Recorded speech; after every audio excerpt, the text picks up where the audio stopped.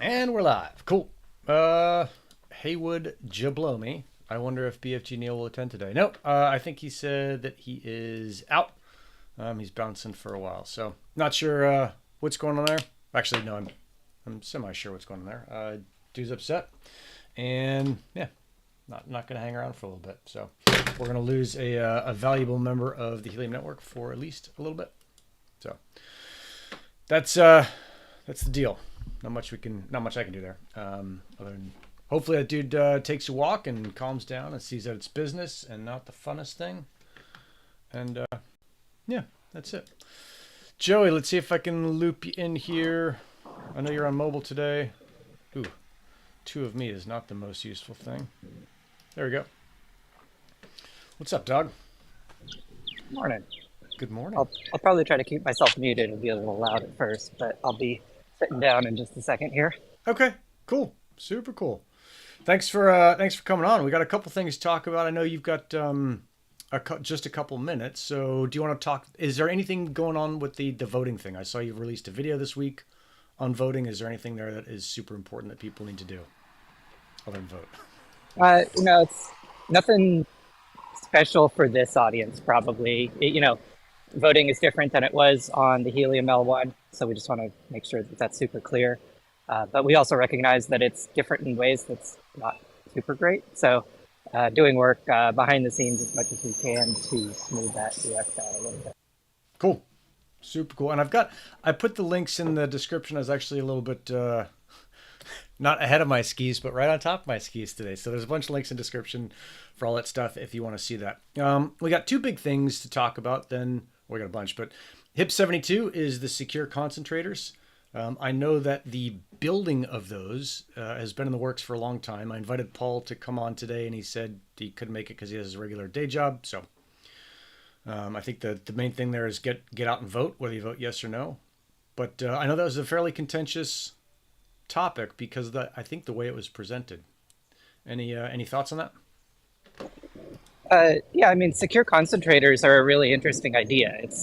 It's similar hardware to what is in your current hotspot, but has sort of robust GPS chip. It has secure elements that are tied right into the concentrator. So it's sort of a beefed up version of a hotspot. Yeah. And that would be like a really nice thing to have out in the world as sort of like anchor points of the network. If I had to guess, I think the community gets caught up on the 1.25x reward multiplier, because those rewards do have to come from somewhere. Yep. Yep. And I think I was talking with Max about it, who's a vote. I think he's a vote no. I don't want to put words in his mouth, but I'm pretty sure that's his thing on this version of it. Is that there was a pretty straightforward economic reason. I think the secure concentrators are $200, say between 180 and $200. They do secure the network, so they're beneficial for the network. The earnings that you get by spending $200 would be 1.25x on your earnings, which I think Max said wasn't enough, and I tend to agree with that. And his point was like, dude, you can buy 3 hotspots on eBay for $200, put them out, and earn more. So if we're trying to incentivize people with earnings, let's make sure that those token incentives are lined up. I mean, that's what he does. It makes sense to me, and I was like, I wonder why that hadn't kind of gotten thrown into the equation and why the multiplier went out the way it did. But I haven't paid very close attention to that. I mean, it's worth reminding ourselves too that most people aren't deploying multiple locations. They live one place. They've got, they're not going to go bug their friends. Yeah. That's an opportunity for them to like incrementally sort of beef up their own deployment. Yeah. Man, I think like there's a couple different groups of folks. Like I'll buy a secure concentrator, pretty much no matter what, as long as it's not $900, just because I want to see how the thing works and I like to put it up and I think it's probably a good thing for the network. But I also even if it is $900. Yeah, if it's $900, I'll have to run that by the boss. Yeah, she's in the chat. I know she's in the chat. But I think for the average person, as much as I don't like it, it is cheaper and better for them to buy 3 hotspots and put all 3 hotspots on their house, to either assert them on the house, or in their location if they're playing nice, or to be jackwagons and assert them, in different places. Like it's a better thing for the average person who just wants to earn IoT. And I think we have to take that into account, even though that may not be what, I do or I like. Is that like, look, this is a permissionless network that people are going to behave in ways that benefit them. We need to set these things up so that the incentives are aligned to get the network where it needs to be, not so that the incentives align for like Nick and Joey who want to support the network. Right. I mean, I think we could probably agree it feels like a good thing for the network. The tricky part is the push and pull of how much do they get rewarded? Because like you want to give more rewards so people set them up, but you also end up taking those rewards away from other hotspots. Yeah. Yeah. Yeah. And it's definitely not like an easy issue that, we're like, oh yeah, there's this one thing that everybody else missed and that we got. Like, no, it's a tricky thing, is that those rewards do come from somewhere. Although my sense of it is that, we have probably 3 times too many hotspots on the network that as far as what we need. And that if I were, king for a day and got to screw everything up, I would kind of wave my magic wand and be like, let's figure out a way to heavily reward people who are providing the best coverage and just not reward at all, or disincentivize folks who are not providing good coverage. But that's not like an easy thing either. So it's kind of magic bullshit. Spread it out. Yeah. Yeah. Let's see. And Travis is saying, I'd like to support hardware devs and ecosystem. Totally. I'm with you, Travis. I think, like I said, I'll buy one of these things when they go up for sale, put it out there and support Paul in that way. But I also recognize that, I am not the ecosystem, and that the ecosystem is not solely dependent on kind of what I do. So I think it sparked a really healthy conversation as far as people understanding what's going on. Ed wants to know if you're mapping, Joey. Boy, I've got so many trackers on me. I think I've got a nano tag, and then I'll pull it out in a minute. I've got that seed tracker now. Oh yeah. I've got mine charging right here. It's arrived. So this, I think this is the one you're talking about. Size of a credit card. Yep. Fancy thing. Boy. So that thing's kind of cool. I haven't messed with it other than to look at it and say, geez, this is designed by someone who can do something I can't do. So that's kind of cool. I'll call out, since we're on the topic, Seed just announced a new dev board that is all of the internals of that tracker. This is pretty cool. So it's the LR1110. So you can do the Wi-Fi location, all that fun stuff. Yep. That I don't know. I didn't pull the trigger when I saw it last night, but I'll probably end up ordering one today. Yeah. I think I've spent my monthly GK kind of nerd budget already, because I just bought all these components for like a headphone amplifier, because it's like, I want to do a bunch of soldering stuff with that toaster oven board. Okay, we got a couple questions in the chat before I get to those. I know we only have you for a couple minutes. HIP 91, the extension of the reassert price, that looks like it's passing right now. I don't think there's much to talk about there. Yeah, I jumped in and gave Max some crap on my opinions there, but I am glad to see that overall that it's passing. I'm not sure how we ended up with 91 and not 90. Like the governance stuff is a little off my radar. Yeah. Good to see that continuing through, because the less churn for the community to keep up with, the better. Yeah. Yep. Let's see. We're getting questions about kind of the big news from yesterday, which was Nova 1663 released their location tracking, which is competition to Neil. There's a bunch of apparently fairly strident disagreement between the two about whether or not that and how that should have been done. But I also saw that Helium Foundation pushed out, and I think we talked about this last week as well, TrackPack's connection with 𝗚𝗿𝗶𝘀𝐿, and the link to that is down in the description here, where Neil's working with the company tracking whatever, like seaweed collecting locations. So I think there's, the thing for me is like, hey, this is just competition is growing in the ecosystem. We don't get to eat the whole pie ourselves for a very long time, and while you do, you take the biggest bites you can. But also know that like other players are going to come in. The pie slices are going to get smaller, just like they did with HNT earnings. It's going to be the same way with that. And we saw other, location verification tools or solvers sort of pop into the conversation on Twitter. Like, Lone Star Tracking's got their own location solver, and they had a great response. It's just like, let's do a side by side. Let's test them out. It was cool. Like, all of these things grow the ecosystem. That's great for us. Yeah. So cool to see that Yeah, launched as sort of the first product we've seen launched out of 1663. yeah, yeah. Super, super cool. And I mean, I get Neil's frustration. I know he posted a bunch of stuff on the chat. And I get it when someone comes in, they're a competitor, and who knows what the conversations were between those two. You know, even if like you always hate each other the whole time, you still hate when someone comes out with a competition piece. So it's probably worse there. But hopefully Neil Yeah, comes back. I know he said he's going to take off today. that's good. Yeah, I was feeling pretty bummed on the reaction yesterday, so hopefully he takes a good day off. Yep. Yep, that's always good. Get out in nature. And I think that's the general PSA here is that if you are pissed off in general, irritated, whatever, get out in nature. This is not the PC way to say it, but for a dude, balls empty, belly full, and you'll make better decisions. Yeah, so there's that.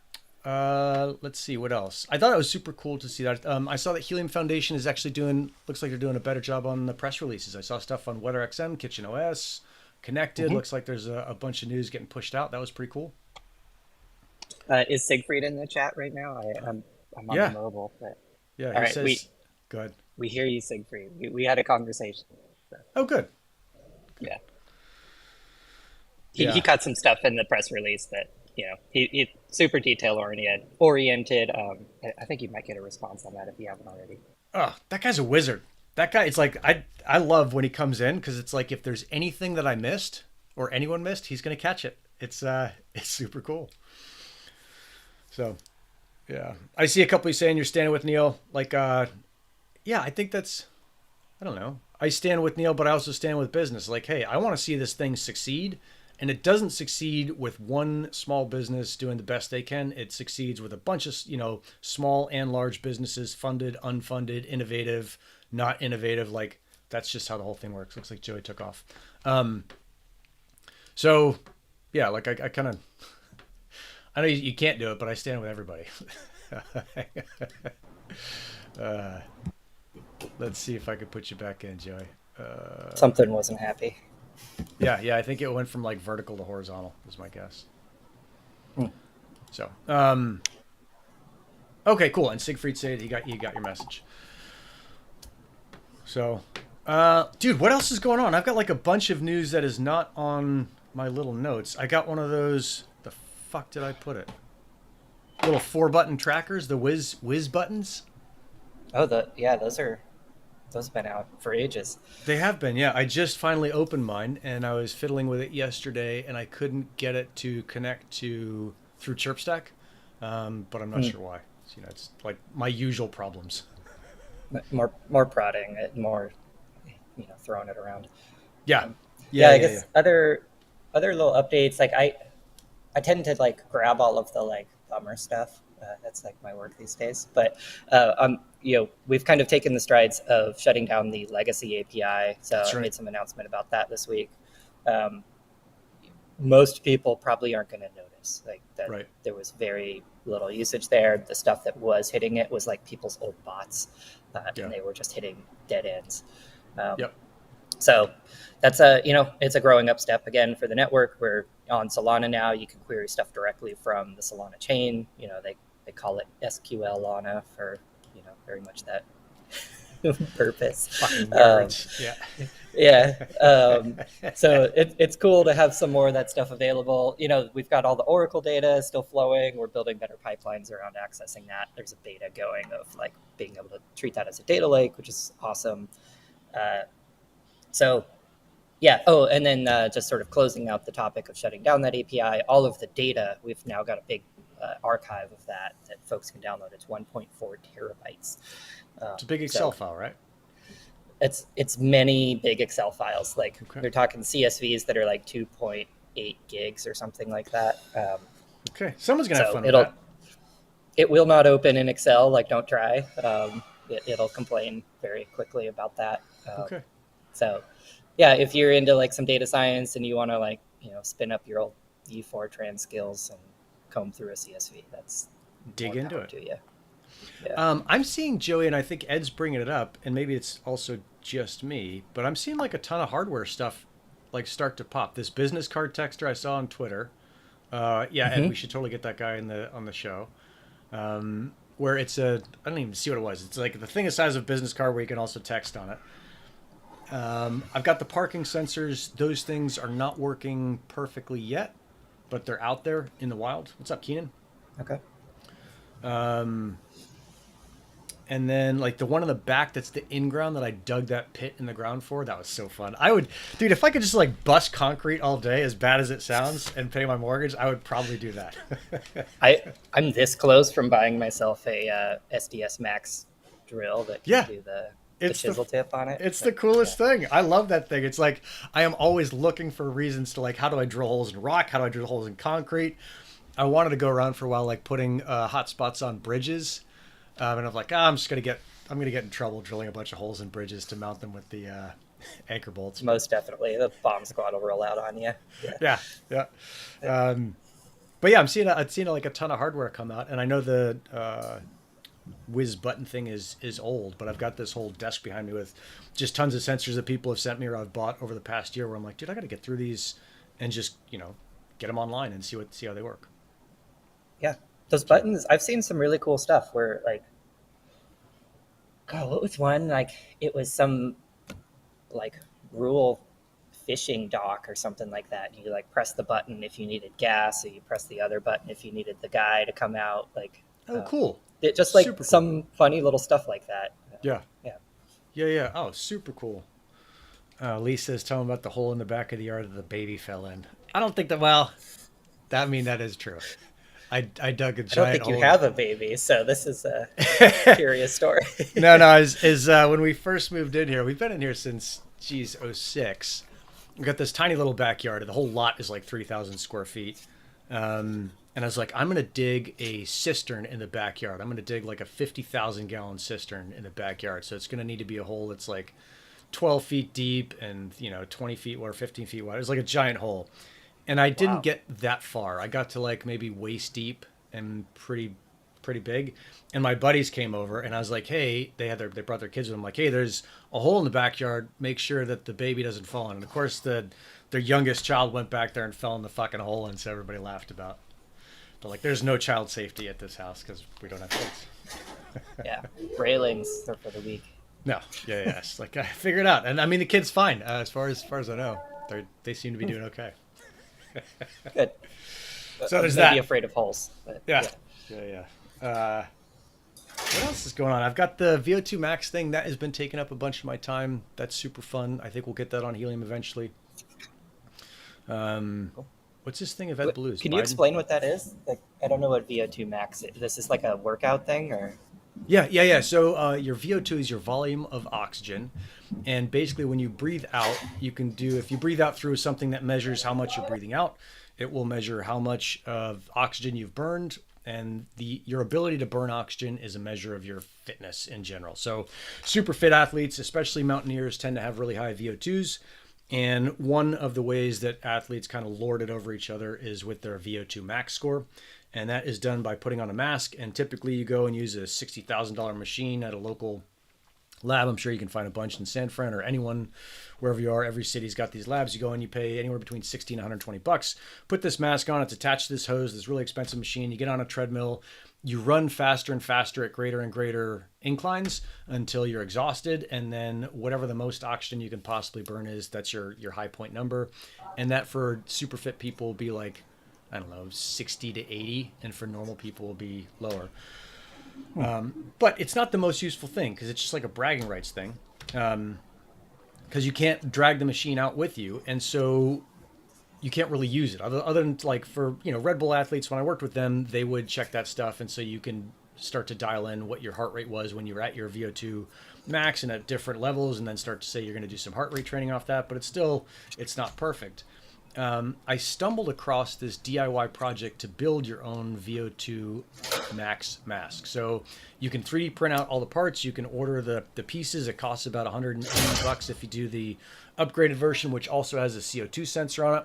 If you can measure both oxygen and CO2 in your exhalation, you can calculate what's called the RER, or the respiratory equivalent ratio, which is fancy talk for kind of knowing when you're in your fat burning zone. And so for athletes, especially endurance athletes, but in fact anyone interested in kind of overall fitness, if you can do most of your fitness activity in that fat burning zone, you're kind of maximizing the efficiency of the work you do. And so you could have this thing on and either be looking at, your watch or a screen in front of you, especially if you're on a rower or a treadmill or a, cycling a stationary bike, and just stay in that zone and stay in kind of the perfect zone. So it's a super cool thing that, like I said, it costs about $200 to do. And there's a group of us that are, putting it together. That sounds rad. Yeah. No, like, well, you had me at 3D printed, and then this is uphill from there. So, Yeah. So I guess the thing that got crazy with it is that I found the plans online to do it, and it's this tube. It's a Venturi tube, and it's a couple other little things, ESP32, and then the various sensors, and you wire it all together. And it's in an Instructables. And the way that Instructables works, like sometimes those things are really useful, and sometimes they're just super dense and kind of disjointed. And a couple other people had come in after the first design had been thrown out and said, oh, I made an upgrade here and do this, and I'll check this out, and I shortened this and I changed that. And it made it really difficult to build what I considered the best version. And so I just said, fuck it. I will take all of this stuff. I'll put it over on GitHub. I'll take I'll fork one of the guys' code who wrote the better code to make the whole thing better. And then I'll just make everything that I do open source. And I ended up hiring the same 3D designer that did the soil moisture housing. Yeah. I was like, hey, dude, I want this thing to be easier to print and better. And he's like, okay, cool, let's do that. And then I hired a computational fluid dynamics guy. I was like, I don't like the way this thing works. I want it to be easier and better. And I want it to be the way I fucking want it to be. Can you help me? And so he's been modeling out like how that works. And we built a new channel in so that the oxygen sensor doesn't get oversaturated with humidity from your breath. And it makes the CO2 sensor a little bit more accurate. And just like taking something that a tinkerer made that works and just saying like, hey, how do I make this kind of more professional, and then share that with the world? So super fun stuff. Super rad. That's very cool. Hitting all the like professions in that. That's rad. Yeah. I'm so stoked on the thing, and it's just like every time I tell someone about it, they're like, hey, so are you going to sell it, or are you going to make money with it? I'm like, I don't think so. I think I'm just going to do something that is fucking radical and put it out there and let that take me where it wants to. So yeah, I mean, a device like that could be kind of a game changer for like, home health, like people that are into this stuff. That's awesome. Oh, I forgot the last part. So you can buy this same device. Actually, you can buy a device that only measures oxygen, doesn't measure CO2. And it's really fancy. It looks super cool. It's lightweight. It's like a lot of the things that I'd like this thing to be. But that device costs you $5,800. And so it's like, well, I think we can do better and make it so people can make their own at home. And add the CO2 thing in so you can do the RER. Oh, and then I talked to a guy. There's a guy who measured the $5,800 device and did a study on it out of I think, University of Michigan, published a study. And so I wrote him, and I'm like, hey, man, I'm doing this DIY thing. Is there anything that you would want, as we develop it, that we can make it better? And he got pumped on it. He's like, dude, if you're doing this thing, like it's so much cheaper than anything online, I want to be a part of that. So I got a phone call with him, I don't know, next month or something. Sounds like an awesome like university project or something too. You get like the physical education stuff. You get like an engineering program. Like there's all sorts of like rad angles for people to refine that. Yeah. And I mean, there's like a group of us in the GK server that are all working on it. I see Red Sky Raccoon is doing this custom PCB, and so of course we'll make it Helium compatible. So then it becomes like, okay, you have 10 people with these masks on, and you do have to convince people to put the mask on. It's not going to be the most comfortable thing, but they can all go out for a ride or a run or do their CrossFit workout or whatever they're into. And you can start to broadcast this stuff across time and space and say, like, even if you run in the mountains with this thing, cool, I'll tell you what you're supposed to be doing. So. Yeah, no, you see the changes when you're running up the hill versus down the hill, like all that kind of, I'm excited. I saw a while ago someone had asked about the Kitchen OS project and what it was. I haven't paid attention to that other than that it's something to do with food in New York and I don't know. Do you know anything about it? Not much more than that, yeah. Okay. I put a link in the description so you can go down and hit that thing and read about it. And I think that just links to the press release, but it talks about it and it links to wherever the project is. So I think there's a bunch of interesting stuff. I had someone hit me up for a noise monitor on Twitter. That's a LoRaWAN noise monitor. A guy in England who's like, hey, do you know of any noise monitors? And so I keep going back to that thing that like we, the community, have to put together is like, hey, where's a list of devices that all work on Helium? Hmm. Yeah, and that are gonna Yeah, work. we've got this big index of devices on docks, but it's sorted in like completely the wrong way right now. Because like it's sorted by manufacturer, and you're not if you want a noise sensor, right? Like you want to type in noise and get the Yeah. thing. Yep. Um, so that might be an area where we can sort of take some of that stuff and restructure it, or we just do a completely different platform. But yeah, Yeah. it's Yeah. definitely of value. Yeah. The oh, look at this. Will it 12 race now? Will it be crank compatible? Fucking these crank people, dude. Get the crank people and the who's the other ones that are always bitching at me? There's some other fucking project that's always pissed and I don't they're know, talking shit. I'm like, MXC dude, or yeah. no, it's something else. But I'm like, come on, Deep in State, and I put out invites, and they're like, no, no, well, come on. One of them's like, hey, which members of our team do you want to come on? I'm like, well, I want the founders on, and they just went crickets, and it's like, ah, okay. So, Speaking of, you know, it's like show me the usage. We got to give a shout out for Helium Geeks data map, which was like probably highlight of my week. That was super cool. I didn't see it. What was it? I just saw it's like I'm spinning globe on Twitter. What talking through it? Oh, so basically, it's for each epoch. It shows all of the hotspots that transferred data and how much data they transferred. Oh, Uh, cool. and so yeah, you it's not hotspots, it's not proof of coverage, it's data transfer. And so you can see this whole globe of all the cities sort of lighting up doing data transfer, and it's inclusive of individual users on Foundation Console, it's roaming partners, it's all that stuff. It's end user data. Nice. And then how Yeah. closely does it resolve? Can you see like my house is using a bunch, or is it just down to the Res 8 hex? It's down to the hex. It'll tell you how many hotspots are in that hex and how many Okay. data credits were awarded to that hex for those hotspots. Super cool. I'll tell you what, Yeah. this thing over my whatever this shoulder is, my right shoulder, it looks different. It's the MileSight AM319 indoor environmental quality sensor. You can barely see it's a green light. Usually by the end of these shows, Okay. it's a yellow light because it's like, oh, there's too much CO2 in the room because everything closed off, so you don't hear the moan blow guys outside. That thing pumps through. I think that's like most of the data on the Medio Scientific console comes from that thing because it's like shooting out 11 parameters every 7 seconds or some ridiculous thing. Oh wow. So Okay. so maybe I can yeah, maybe I can win the data credit thing. Although I've been slipping. The Medio Scientific has been slipping lately on the Dune. There's other OUIs that are using more data credits. I think I'm still in the top 10, but not in the top 7. So Okay. Yeah. yeah. Um, yeah. It's kind of like I normally would be really high. I've got all sorts of sensors in my house, but kind of fun. My internet like Comcast screwed up my internet, so I have no internet for the last day and a half.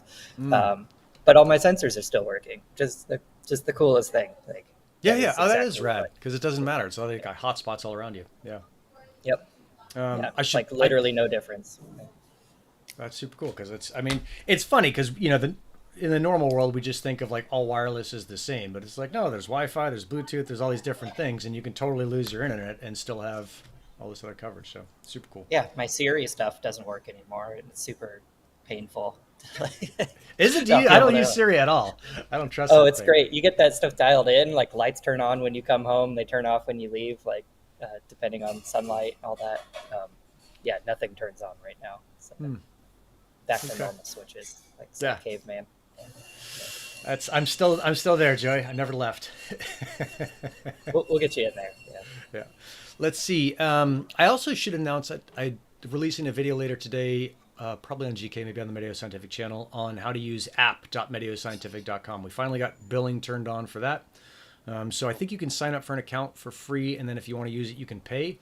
The cool thing about that is two parts. There's a smaller plan than Data Cake, so you can do 50 cents a month instead of $1 a month, which I thought was pretty cool.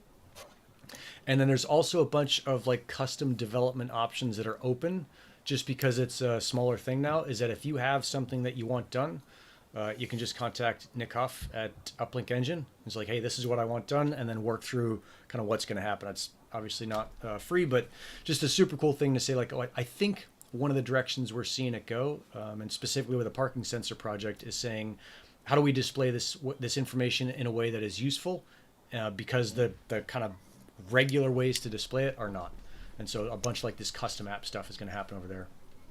I've actually got a call later today, somebody asking how do I visualize my data now that I'm running sensors, and I got to give you guys a plug. So I got to get in there and poke around before I have that call. Yeah, totally. app.meteoscientific.com. I think you were one of the first ones on, and you got all of my notifications and then turned them off. But you can sign up for your own account, get off whatever the demo account is that I set up so that you're not on the same one as everyone else. Yeah, I'll figure this out. So Rock's asking, I've got an insane amount of DC on Meteo. Should I turn on my data burner sensor? Yeah, you can turn it on. In fact, I would like if you turn it on, because I will see if we catch a crazy amount of data that goes up. Because there's some, I don't know, scammer, someone who's finding loopholes and exploiting them, and will sign up for an account and burn through a bunch of DC before Paul and I catch them. So it'd be cool, Rock, if we get to see yours. So yeah. Well, I gotta hop. You got a boogie? Okay. But yeah. Cool. Great time. I'll catch you next week. Ripping. Friday. I'll be around. All right. Super cool. Cheers. All right, let's see. Max is coming on. Does 𝗪𝗁 sponsor the show? No, but it should. Maybe Meteor Scientific we should talk about Gold Hawks. What do we got going on, Max? We got a couple calls today. We've had a couple calls this week. There's been kind of a lull with deepen stuff that we're seeing. It's pretty interesting. A lot of folks just head down and building. We did that conversation with Drive last week on their staking. That was pretty cool. Super cool to see that. So yeah, really neat stuff. Pickle Park Cleanup Crew. Will you integrate Meteor Scientific with Crank and Things IX too? I think Things IX is doing their own thing. But Meteor Scientific is independent of Helium. Like, you could send Wi-Fi data there if you want. You could send Bluetooth data there if you want. You can send it from Things IX. You can send it from Crank. You can send it from anywhere. It's think of it like DataCake. So you can send stuff from any LoRaWAN network. And I don't know if DataCake does any wireless network or any network at all, but it can all go in there. So yeah, it's open. Vision Grid, was Neil already on the show? I think we're going to get that question a bunch. Nope. Neil's taking a break. He is just chilling for a while. I think he had a super stressful day yesterday, and so he's just going to hopefully take the weekend off, which is the same kind of PSA. In general, is that if you are stressed, get outside, get some sunshine, get some food, have some sex, laugh a little bit, and then come back and your life will be a little bit better. It's easier to make better decisions. So. Two Hips about to have their vote end in the hour. Yeah, I think we talked about both those, Max. Looks like 72 is not going to pass the last time I checked. 91 is going to pass the last time I checked at the top of the show, which was 32 minutes ago. So, yeah. Is it AX or 6? Oh, IX or 6? I don't know if it's Things IX or Things 6. I don't know. Chad, Bobby. Hey, Nick, I hope to talk about the halving and less sell pressure on the tokens plus 5G moving data, which is so cool. Yeah, you can see the data that's moved on 5G on the Dune Analytics board. I don't know what you want to talk about with the halving. Like, shit's gonna cut in half, Bobby. Don't be surprised. I think with the halving stuff, it always seems like such a non-event, right? Everybody knows it's coming. It's kind of priced in. The only thing that happens is that it seems to me that folks who are just like not paying attention get pissed that their tokens get cut in half. But it applies across the board to everyone, so I don't see why it's such a big deal. Date and time of next Helium house and where? I think it's in Amsterdam, last I heard, and it's wherever the breakpoint, Solana breakpoint is. So, Keenan, if you're on and you've got the date and time for that, maybe I don't think that's secret. I think if it is, that's stupid. But yeah, I think it's over in Europe. I think they're selling tickets $500 or $1,000 or whatever it is. So, be interesting to see selling tickets in a bear market, as Max says, is a bold move. But we'll see how that works out. And there's a day to go. Yeah, I think there was a day and an hour to go the last time I checked on 72 and 91. So still a chance that either could pass or fail. But yeah, an interesting thing. And Siegfried, you don't expect the results to change. No, me neither. All right, Amsterdam is correct. Keenan, super cool. Yeah. I think the other thing that we're seeing over at Gold Hawks is we're seeing a ton of different entities start to spin up deep in, like, I don't know, meetups is probably too small of a word. But But summits, whatever. Just like the very first Tippin Summit that 𝗪𝗁𝗁 over at Lattice put on last year in New York in September. I think we're going to see a lot more of those. IoTeX is doing a bunch of those. They've put on a couple of their real world Web3 things. I think we're going to see a lot more folks entering that space, whether that is VCs or projects in general. Whoever, we're going to see a lot more of these kind of deep in style summits. I think the other thing is on the deep in summit stuff. What was I going to say on that? Max, we had something that we were talking about the other day on those. Damn it, what was it? Something important. Something critical. Super useful. Randomness and fun. Have you tried, let me see if I can add some of these in. Have you tried Helium Mobile Beta? I have not tried Helium. I think I tried I tried an early version of it. And then, the fuck did I just do? Let's see. There we go. I meant to get rid of this thing. I got rid of the video. I tried an early version of it and it worked, but I haven't tried the current one right now. Let's see. It is, Max is there, end of October. Ticket prices. I don't know if ticket prices are Node. Istanbul. Yeah. I think that's the Istanbul thing is one of them. So Istanbul, and that's mid-November at Dev Connect. I think there's going to be a bunch of stuff going on there. Deep in stuff that's going on. I think the sponsors of that are to be announced, but I think we can expect to see that going on. And man, that'd be super fun to go there. So yeah. Keenan, get that 5G hotspot up and running. I've been thinking about that thing. I got to go down and check on that sucker. I don't even know what's going on with it. I've got to go down and talk to the host there and see what she's doing, and if not, bring it back to the house. Lee asked me about once a week. She's like, "Hey, do we have a high 5G hotspot on our house?" And so far, I've been able to say no because I think she's a little bit concerned about 5G frying our brains, which I think is not a concern, but it's Keenan bought this 5G hotspot at Helium House Austin. He's like, "Hey, we're standing next to each other." He's like, "Hey, I'm obviously Canadian. Can you put this up in San Diego and we'll do some cool stuff with it?" I was like, "Yeah, sure." So I put it up, did a video on it ages ago, and then I forgot about it. And every so often I've been the worst host or enabler for Keenan because I just fucking forgot about it and I haven't done anything with it. So yeah. Mobile beta is basically just trying out the mobile network, not Constantinople. So yeah, this is Istanbul. Is Istanbul and Constantinople the same place, which is the reason I think I want to go there. Great. So, and Lee will want to go there because she's a total history buff. That would be rad. Talk about mobile beta, free self-service for beta. Love it. And you left AT&T. That's Bobby. Okay. Yeah. I don't know what you want to talk about with mobile beta. I think it's out there. It seems to be working. I see people tweeting about it all the time. Yeah, it's rad. Yeah. Said, Max, you got to convince Lee that it's lower power in your house and the tower 5 miles away from you. That's that thing is frying your brain. I remember when I was going around and looking at buying all the devices that can measure the signal strength of these various cell towers.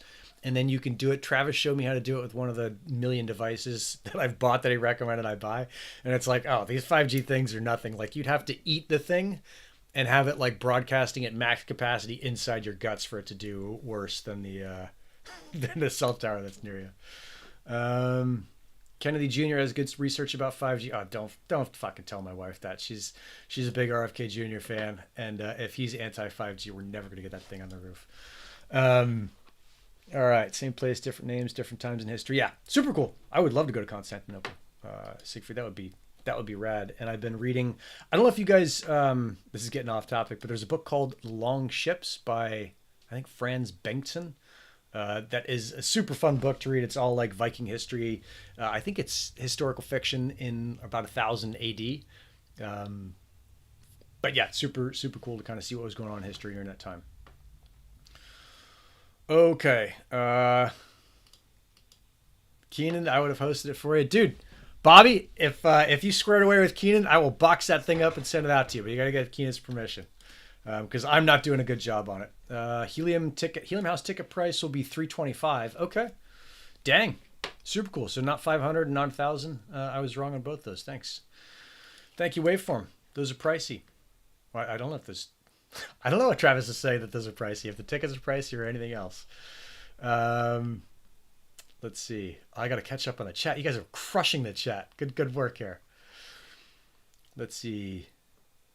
Google Pixel, Android phones are having some issues. I got to put my glasses on to read that. So this software Ecamm Live doesn't let me change the shape of this so I can make the text bigger. It's either it just goes right off the screen or it's on the screen. So yeah, the spectrum analyzers, Travis. That's what we've Thank you, Keenan. I just got to get down there and do it. I got so many devices that I've been fiddling with in the Helium side that I just haven't made time to go down and get that thing going. I know that the Alpha Code DIY has been banging lately, but I think it's more important at this point for me to be working on showing people how to use the Helium network than keeping individual things set up. So that's kind of how I'm weighing it out, Keenan. I'm not doing really right by you, but sorry, dog. Shit, like I said, we'll figure it out. 5G. So 𝗏𝗏𝗀, my 5G indoor is pretty much set and forget at this point. Yeah, that's what I did. I set it and I forgot it, and I think it went down. The host there doesn't have the fastest internet connection, and I just never followed up on crushing on it. And you're still interested in picking up some outdoor radios? I think, if I remember right, and Jay, who's watching this, may have done this. Someone certainly did this and told me about it. They're like, hey, have you taken the pollen radios that you had and converted them over to Helium? And I think you have to do that by releasing any claim on the pollen rug lawsuit that'll probably eventually go through, which I don't want to be a part of because I don't want to deal with lawsuits. So maybe I should just take the radios I have and get them released from pollen and put them on Helium, and then put them on the shop, add extra radios there. Yeah. Set it up at the house, dude. Keenan, you gotta convince Lee that we can set up 5G at the house. That's the big kicker, because I think the cool thing is if we set up the house, I can then increase the internet speed here to 1,000,000 gig or whatever the crap is that they're offering, and we keep the thing up all the time, and it churns out mobile. So yeah. Let's see. Any idea when Helium Mobile will offer to the general public? I have no idea, but everything should be working 100% perfectly by then. Yeah, it better be working 100% perfectly by then before they go with it. Although, I mean, if history is any indication, nothing works perfectly when it goes public. They rely on the public to figure it out, which is one way of doing things. The buy cells that you tried with pollen didn't work so well. So that's what I've got, Ed, is I've got someone sent me, who was it? Oh, I can't remember their name now. Chris sent me a couple of the dandelions, and I think that's what I've got. I've got 3 dandelions. That 2 of them are in my garage unplugged, and one of them is just sitting up on top of a roof. I don't know, providing pollen coverage to someone. I should probably switch that over to Helium and see if that works. So, oh, Bobby's coming after me for this 5G thing. Name a percent. Keenan, name like 100%. I'll send it out, and you can fucking crush. Let's see.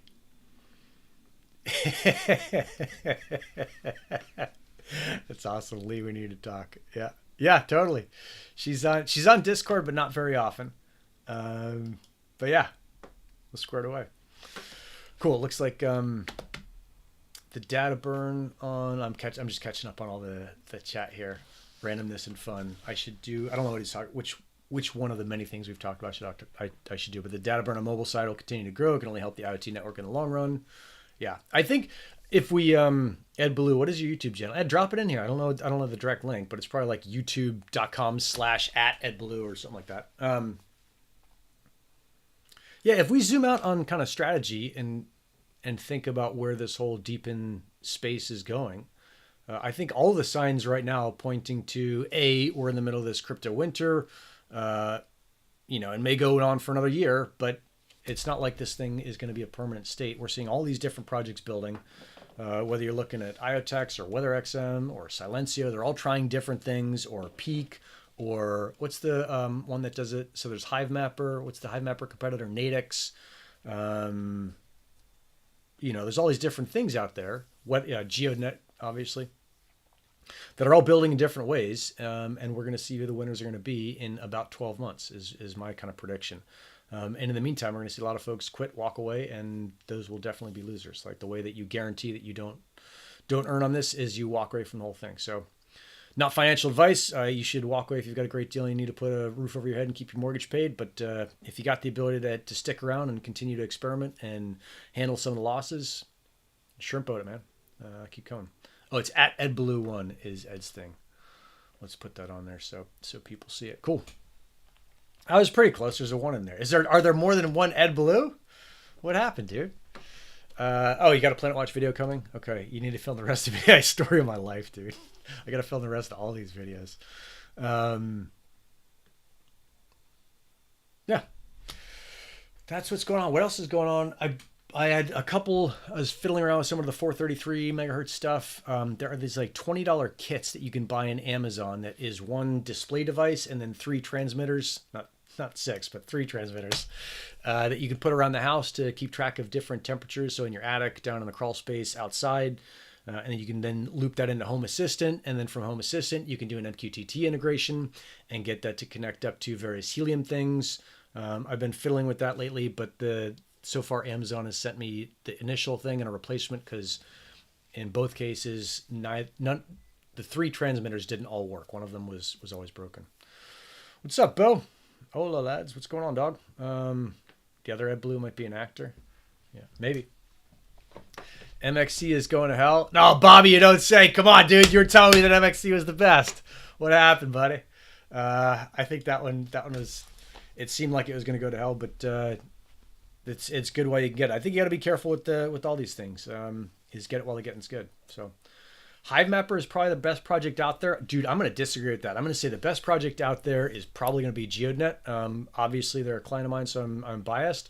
But man, the stuff that they're doing and the stuff that is in the pipeline for those guys is, and it may just be because I've got that kind of insider's view, and I don't have insider view to HiveMapper or these other projects. Although Ariel just sent me a thing on the new AI thing that they're doing, the whole AI testing thing. But the insight that I've gotten in GeodeNet is they're nailing the bridge that all of these deep in projects need to nail between Web 2, kind of regular stuff, and Web 3, which is the stuff that we're all into. And you cannot do just one or just the other. They don't work in isolation. You have to build a bridge between those and then travel across that bridge. And those guys are doing such a good job of that. And I think, obviously part of that is Max's work on the staking thing, which isn't live yet, but man, we're super close to that. That's going to be really cool is you're going to be able to stake they're calling it a super hex. I think we call it a Res 5 or Res 4. So you'll be able to put GeodeNet tokens against an area, and that area can be anywhere in the world. I think right now it's got to get approved, for the first kind of beta release part, it'll get approved just to make sure that people don't stake crazy shit and try and game it. But it's a really cool way to use all the different token incentives to get kind of really efficient deployments in the right place. So you'll put up your geodes. Once those are staked against an area, anyone who deploys into that area gets a multiple. And the longer that area goes unstaked, the higher the multiple goes. So there are going to be some really cool places where like I'll stake someplace, it's going to be really difficult to get to. And we'll just see how high that multiple goes before someone gets on a plane, goes out there, and maybe that's going to be me and sets up a miner. So that's going to be super cool. You haven't scored GeodeNet yet. Dude, Ed, get on that thing. It's such a good thing going on. Nick, what are those Amazon sensors? I need those. Dude, let me get it working first and then I'll put it out there. But what is the name of the project? It's a distinctive name of the guy that did it. I'll think of it, Derek, and I can probably just ping me in Discord and I'll drop the link there. But that's been a super cool thing. Let's see. You guys are way ahead of me on this chat here. I heard Demo is draining the car battery. I don't know. I've heard that, but I also haven't corroborated that or proven that. So I think those things mean similar things. Those words mean similar things. I haven't had a problem with my car that Demo's plugged into, so it's fine for me. And Bo, you've got a bunch of them. You've got a bunch of the Demo miners, and you haven't had any issues. So it sounds like that is not an issue. Ed hasn't had any issues. Okay. And you do have a big fleet on Ibiza. We got to get the Ibiza thing going again, man. I think that's April next year. Let's see. Siegfried. Always coming in with sense. Many things are different. Dude, Siegfried, make me put my glasses on, Todd. It's hard to say which is the best and what would be the criteria for comparison. I think you can. So who's the guy who loves burrito is taking a crack at doing a comparison table across all the projects. So you can always look there. You can always check on his stuff. I don't think and Max and I have talked about this both on the show, on this show, on the Deep in State. We've talked about it with 𝗚𝗏𝗶𝘀𝗀 Burrito. We don't think that it's possible yet to have a useful comparison across these outside of kind of gut feeling, just because there's so many fucking unknowns. But I really like the fact that that guy's trying. So that's super cool to see. GeoNet rocks. HiveMapper simple. I've seen the beta maps. Maps is a $30 billion industry. I'm reading Chad Dawson's comment. Yeah. GeoNet, Demo, and HiveMapper. Yeah, I think those.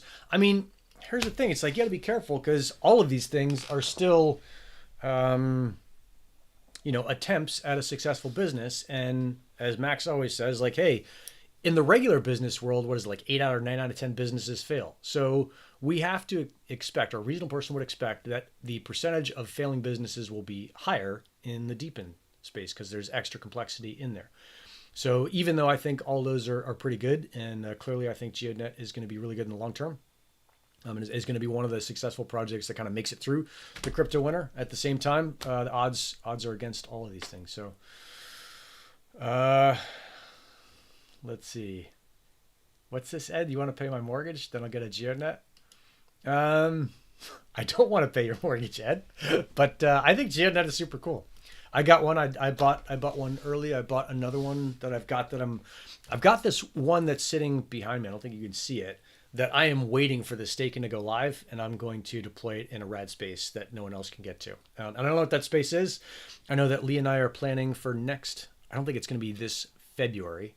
It might be next fall. A trip down to South Georgia Island to redo Shackleton's journey from where they landed on, what is it, the southwest side. They trekked over the island to the northwest side.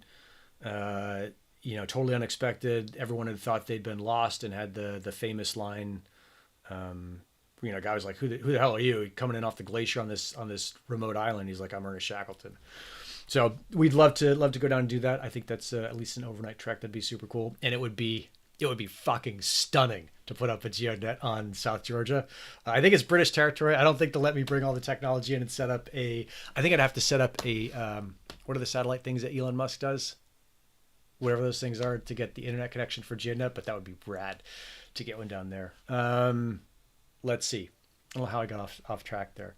Nodal Cache is awesome. It runs on every phone. It's a beautiful app. I haven't touched Nodal. I saw it at that Web3 conference in Denver, I think, and it looked kind of neat, but I haven't put it on there.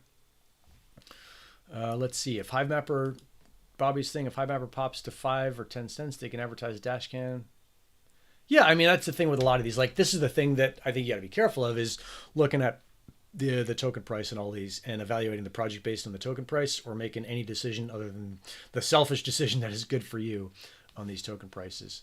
I don't think that it jumps up and it's game over. I think it's kind of a longer play. Smart Island push the date on Ibiza. Oh, you guys are crushing me on this chat. I don't know, Bo. Something might happen before Breakpoint. Okay. A small meetup. Cool. Yeah, Chad, if you don't know, Bobby, you don't know much about GeoNet, you should totally do it. Is Smart Island coinciding with Algorand's event in Barcelona? You guys are so far ahead of me on this. I don't know. Yeah, businesses, lots of pivots. Holy smokes. Starlink, thank you, Fred.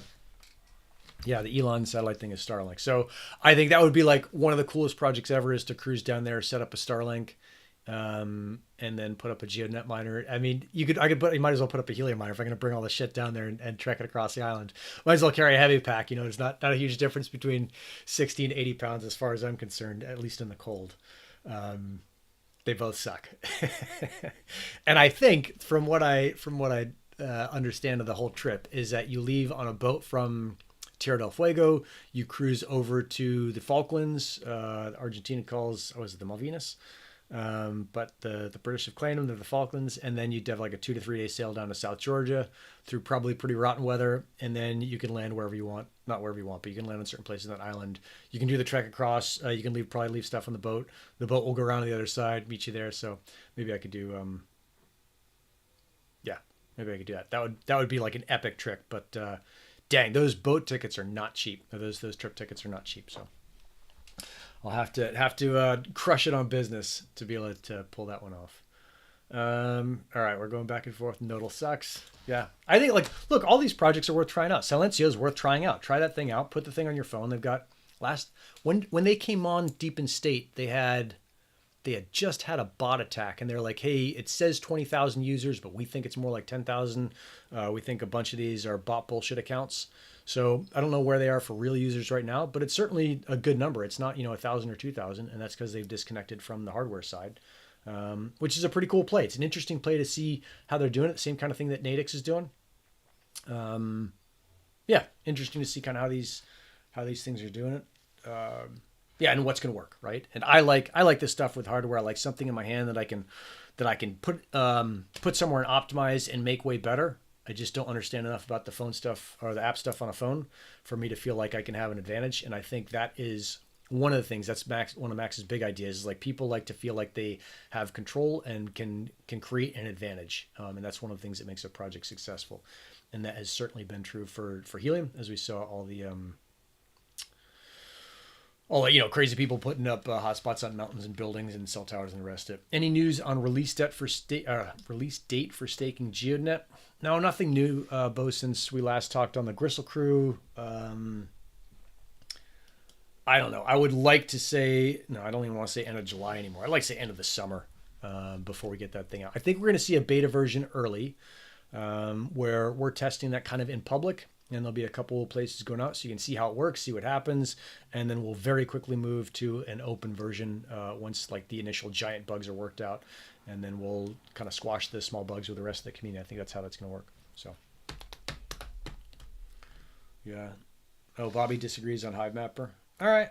I don't know, Bobby. You were disagreeing with me on MXC, but fuck, I don't know. I'm certainly not the be all end all and know everything about this space. So you could be right on Honey Token. And look, if any of these tokens bump up in price and make it worth it, we saw with Helium, once the payoff for a $10,000 Helium miner on eBay was 1 week, just get out of the way. That thing is a steamroller.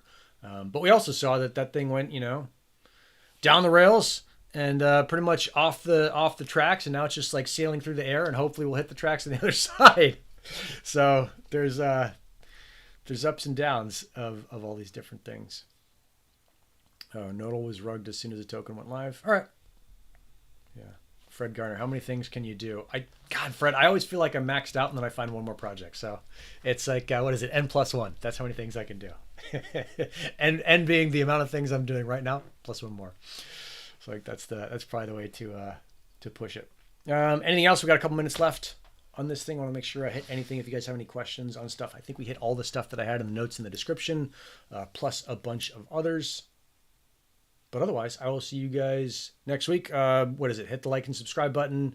Make sure you do all that stuff. That's always useful to me. I see we've got, let's see, my numbers say there's 24 people watching and 18 people have liked. So if you've somehow forgotten to hit the like button, knock that thing out.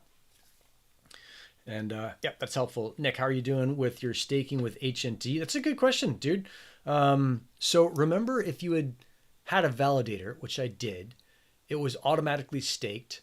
I think we staked half of it to mobile and half of it to HNT and put them both at 6 months. I'm pretty sure that's what we did. And we did one of them like the cliff staking or whatever it was called, like one of the, whatever we tried to split it up. So I've actually got to go in there and see if I want to like unstake or destake or dedelegate or whatever the fucking words are, to release the half of the validator that isn't mine so that the guy that I split it with can then do whatever he wants with it. I'll probably leave mine staked because I don't see anything else to do with it for right now with HNT.